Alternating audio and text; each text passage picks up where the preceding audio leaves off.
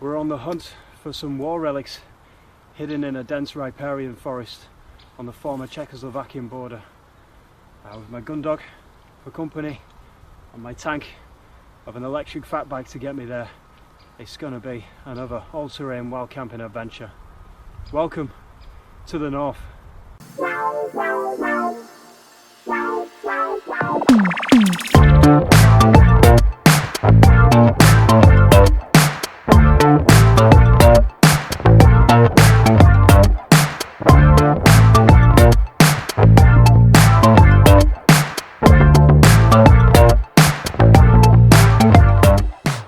Welcome back to the channel.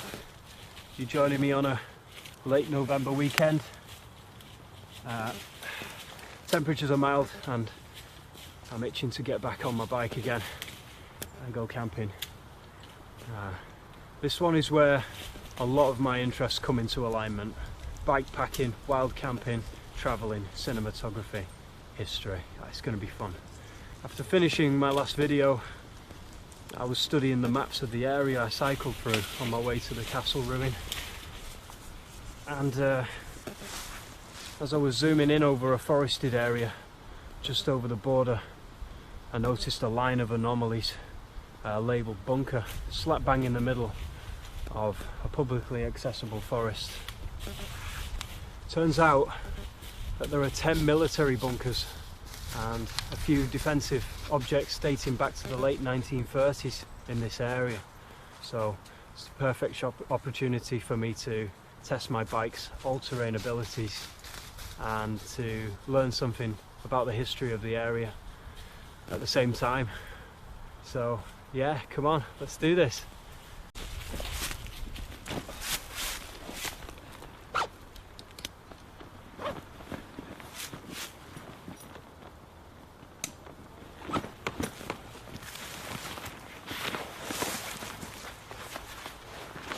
I haven't got so much time today.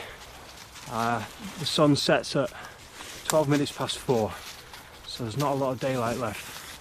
So the plan is we ride towards our end destination and we look for a camping spot along the way. We enjoy the ride, of course, because that's a big part of the experience.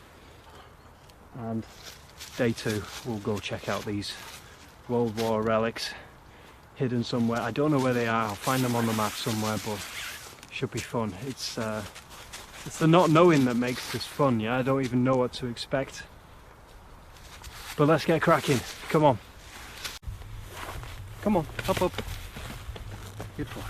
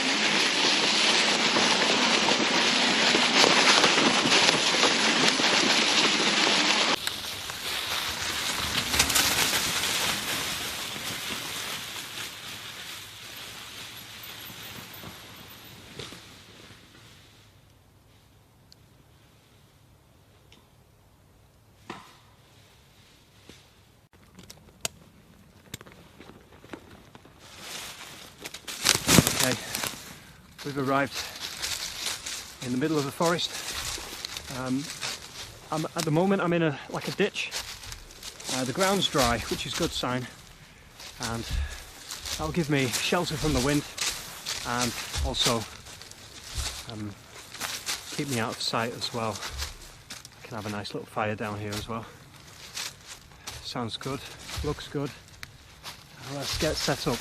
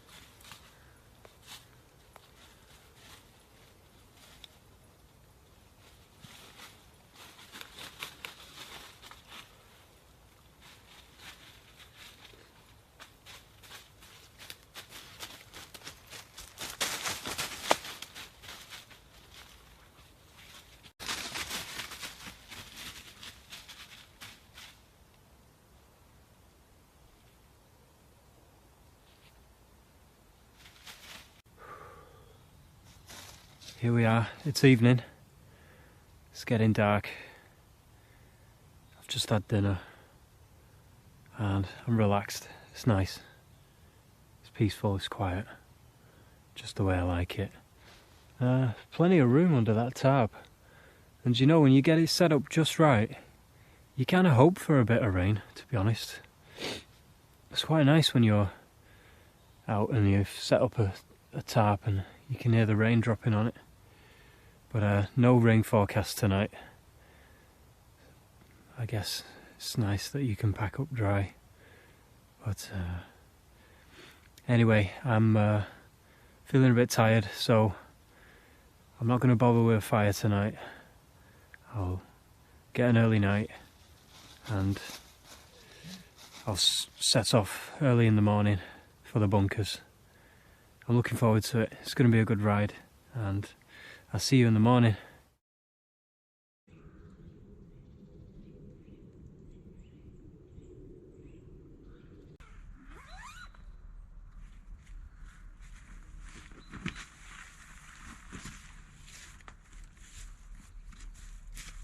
Come on, baby. Morning.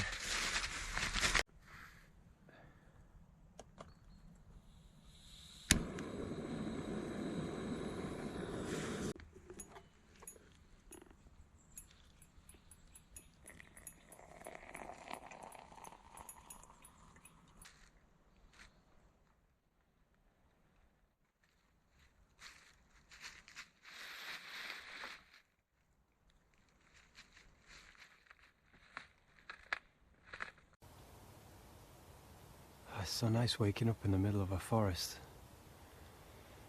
It's day 2, good morning. We slept well. It was cold in the night. I'm pretty sure the temperature dropped to 0. I'll have to check on my phone. Dead keen to pack up and get back on that bike again.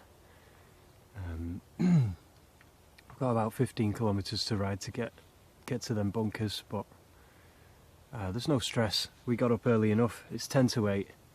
The bike performed really well, and do you know what? I was a bit nervous because I thought I would lose at least, you know, my mud guards going through all those trees and stuff. But I didn't. I just checked the bike. I've gone through all the fixings, just make sure everything's tight. It looks good. So it's doing well. It really is a tank. Yes, come on. Just enjoying a coffee now, warming up, and we'll hit the road as soon as we can. Hey, stop begging. I know what you're after. These are Daddy's chocolate biscuits.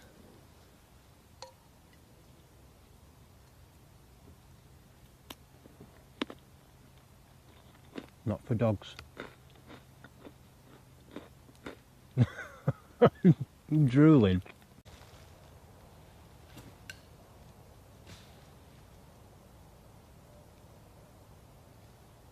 Bring back.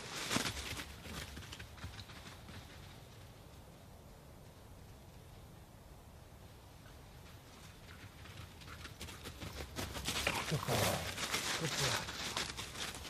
Thank you.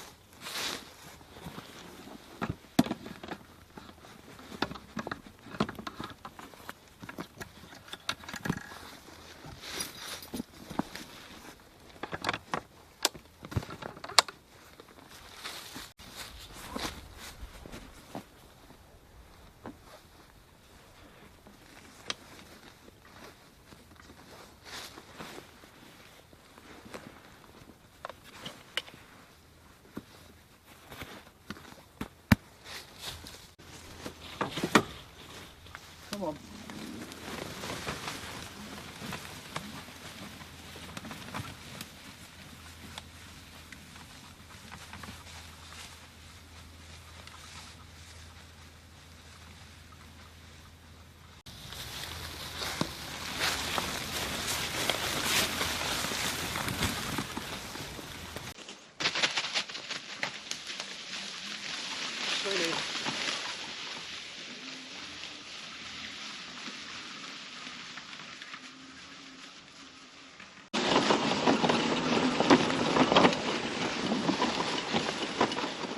Is this the way, Nathan? Yeah, thought so.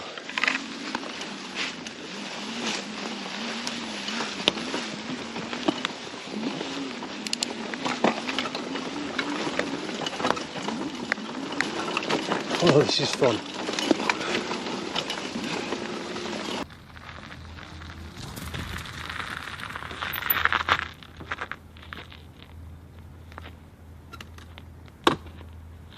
Right, just thought I'd stop by the river, give Nathan a chance to drink some water. Hey, the atmosphere is set, it's foggy. Can't see the other side of the bank, look at that. That's the big river there. At least you can't really tell, can you? But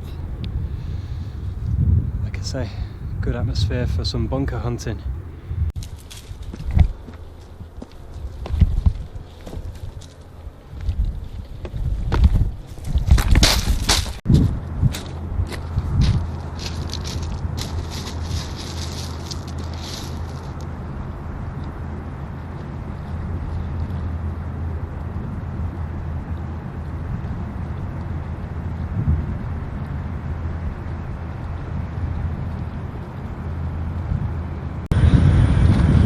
Francis Bourgeois. Let's see. Come on. Give us some tones.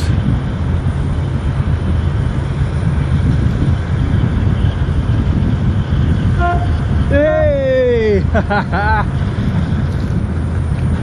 It's so much fun. If you don't know this guy, check him out. He's so funny. He's the train guy, the train spotter.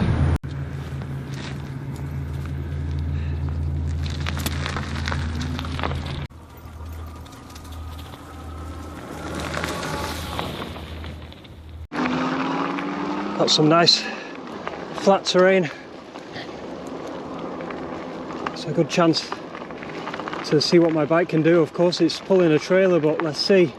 Let's do a speed run. Okay, let's go. Full power.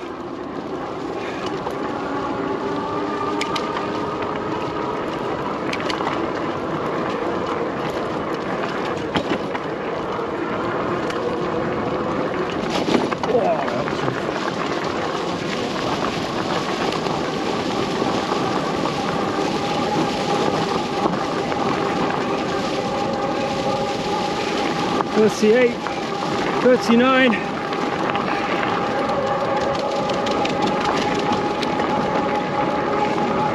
40, 42.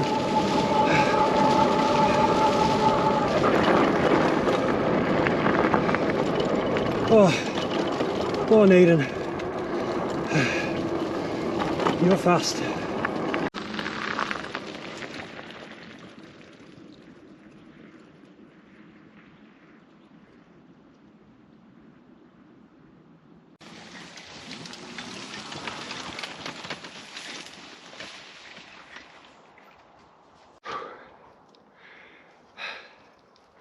Okay, it's time to get the maps out.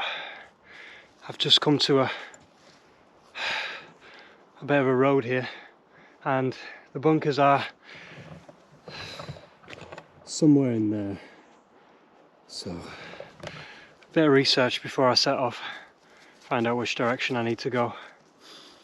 I've read that some of these bunkers are difficult to get to because it's a very dense forest, and it's just there are no trails inside, so might have to go on foot for some of them. But we'll see. Like I say, I don't know what to expect, but let's go see.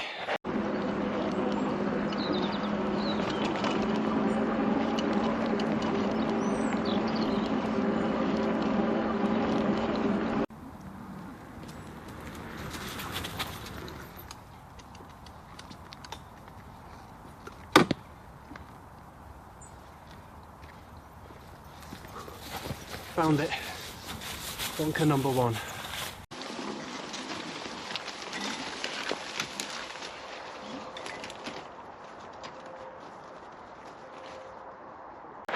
I'm standing in the very centre on top of the bunker, and you can see it's quite a panorama.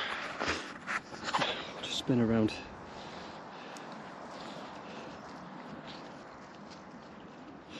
I guess it wasn't so overgrown back in the day.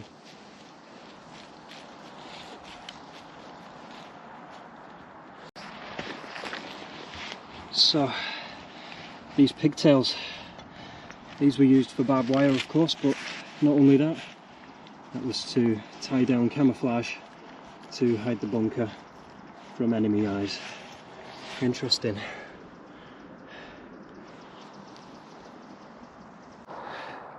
Alright, it's time to do some urban exploring. It's dark in there. Exciting, wow. Okay, I'll show you inside. I'm not letting you in, I'm sorry. Come here. Needn't sit. Stay. You're staying there. There might be broken glass.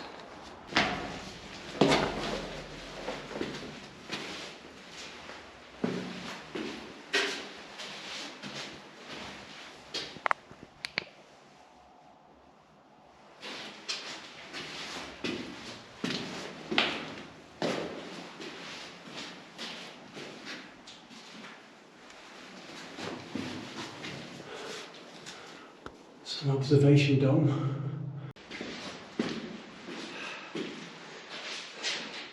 Now that is for a big gun. It's a big opening as well, and it's pointing at the river, so I guess that was river defence.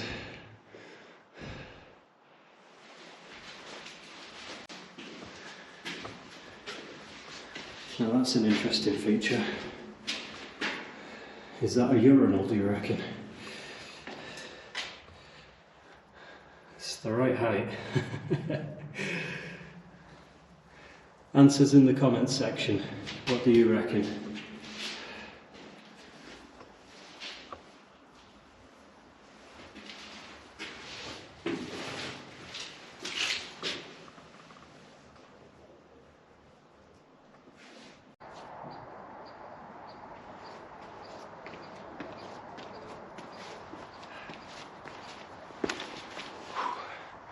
Wow, these bunkers are feature rich.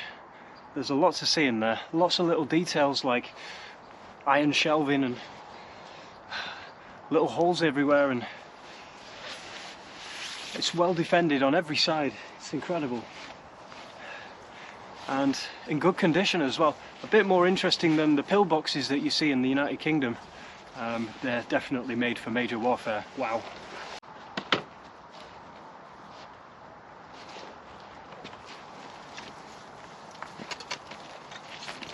This way.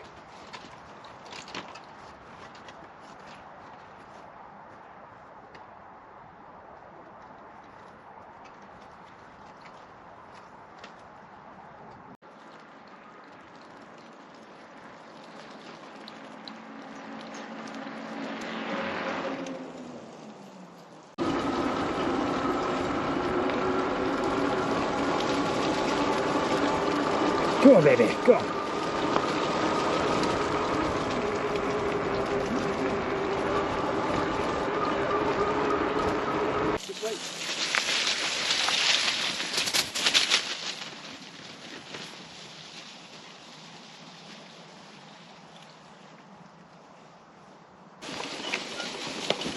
Oh.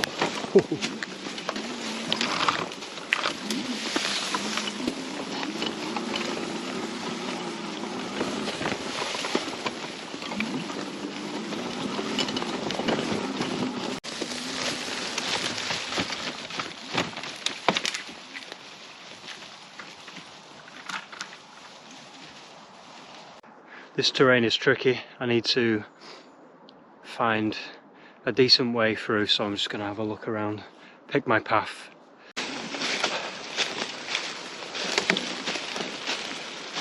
I see a road. That's where we need to be. I'm here at the end of this road, and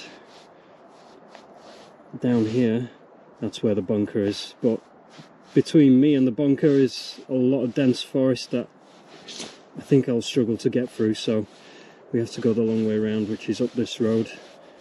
To take a right here, there's a path.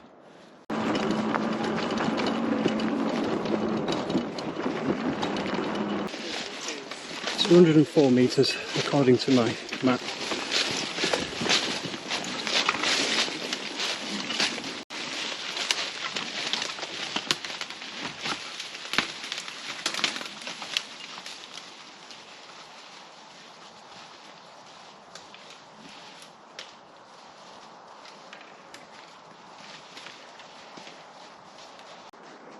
So I'm here, I'm a little bit stuck.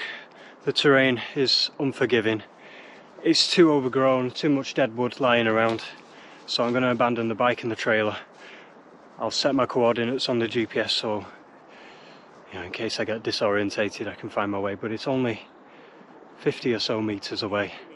I'm surprised I can't see it, but I'm determined. So we'll keep going on foot.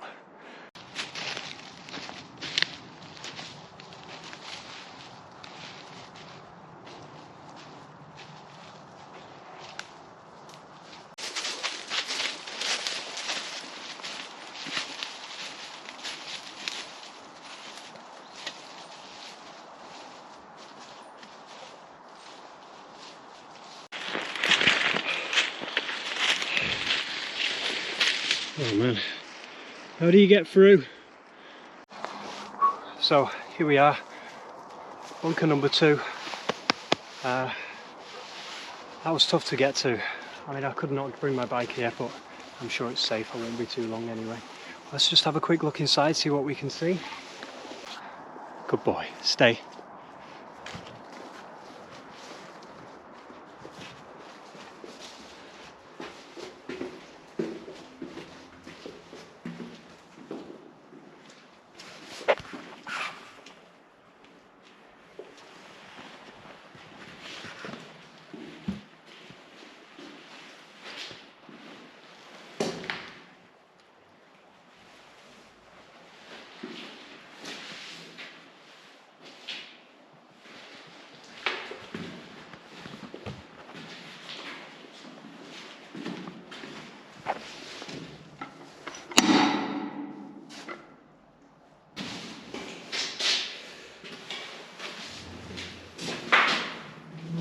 There's an old locker in here.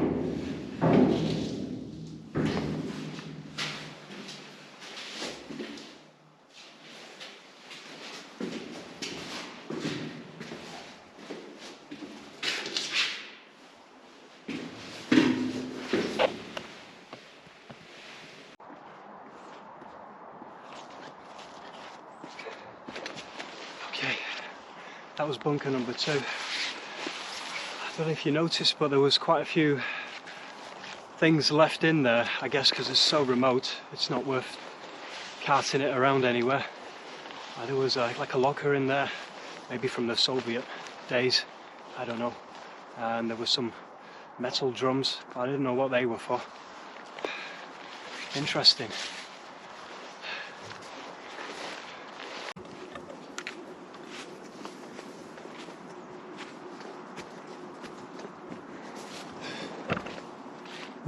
It's a similar layout, so we've got 2 observation domes, one here and one here, and someone's made themselves a fire pit there.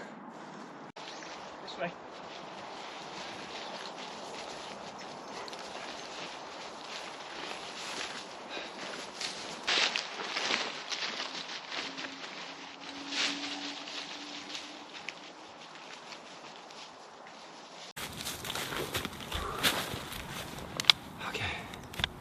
Just got out of the bush.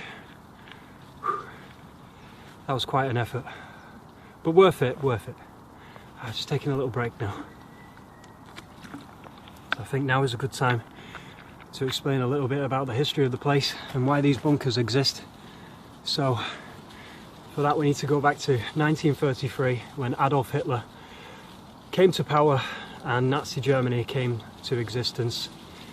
One policy of Hitler's was to create a greater living space for Germans by expanding the borders.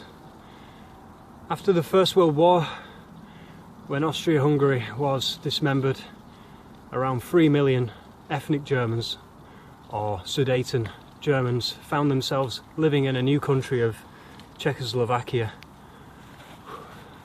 Soon after the absorption of Austria in the Anschluss of 1938, Hitler soon turned his attention to the Sudetenland area of Czechoslovakia.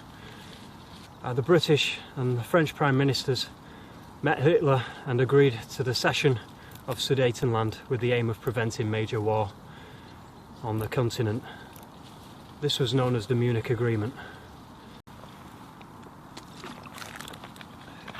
Czechoslovakia fortified its borders with thousands of reinforced concrete strongholds as a response to Hitler's threat of invasion.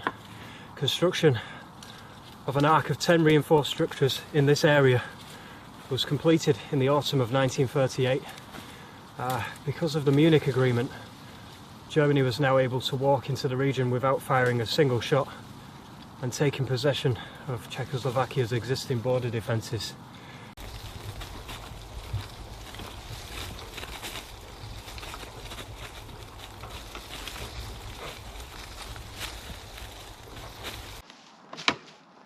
Come on.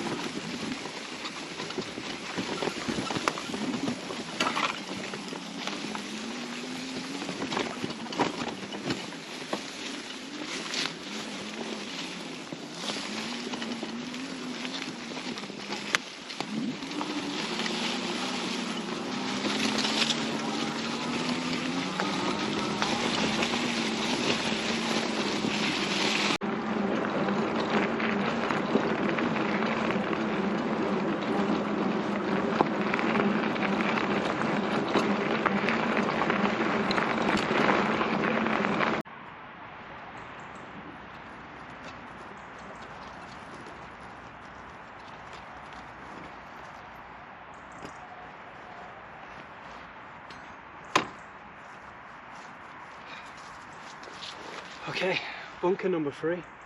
This looks like it's in a really good condition. I think it's kept as a museum. Looks good. Let's have a quick look around. I don't think we can get access inside, but it's interesting to see how it would have been, yeah, back in the day.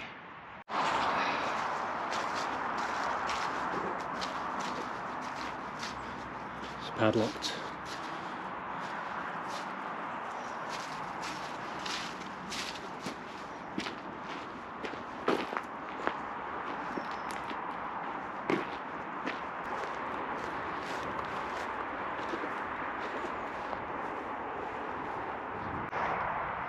So we did it, 3 bunkers. I think I'm gonna call it a day, to be honest. There's so much to see, it's unreal. I mean, if I had an extra day, I'd carry on. But I think this is a nice one to finish on because it looks like they've kept it as a museum, so it's in a really good condition. And I found something else, which is interesting. Although we don't have access to this one, there's a notice board with photos, so I'll just spin the camera around. Look at that gun. So just gives you an idea of what it was like inside.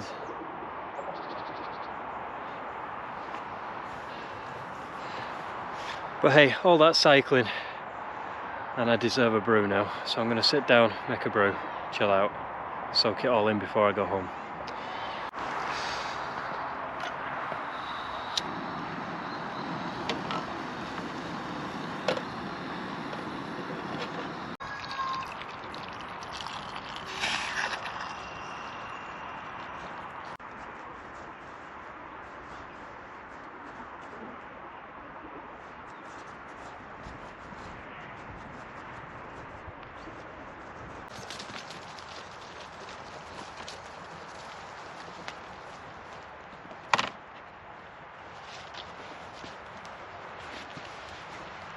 So, beyond these anti-tank defences, the Czechoslovakian hedgehogs and these iron girders is west Austria. This is the direction that the Germans would have been coming from, and you can see, you can definitely feel the vulnerability Czechoslovakia must have felt. I mean, there's just no natural defences, it's all flat. So you can definitely understand why they invested so heavily on these bunkers. So we've come to the end of the journey, and I'm left with a thirst for knowledge. I really want to learn a bit more about the place, but all my energy levels are depleted now. I need to go home. It's a long way back, so I think we'll end it on a good note and call it a successful camping e-bike trip.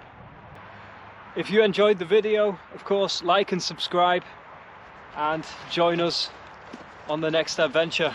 From me and Nathan, thank you very much, and we'll see you again. Ta-ra for now.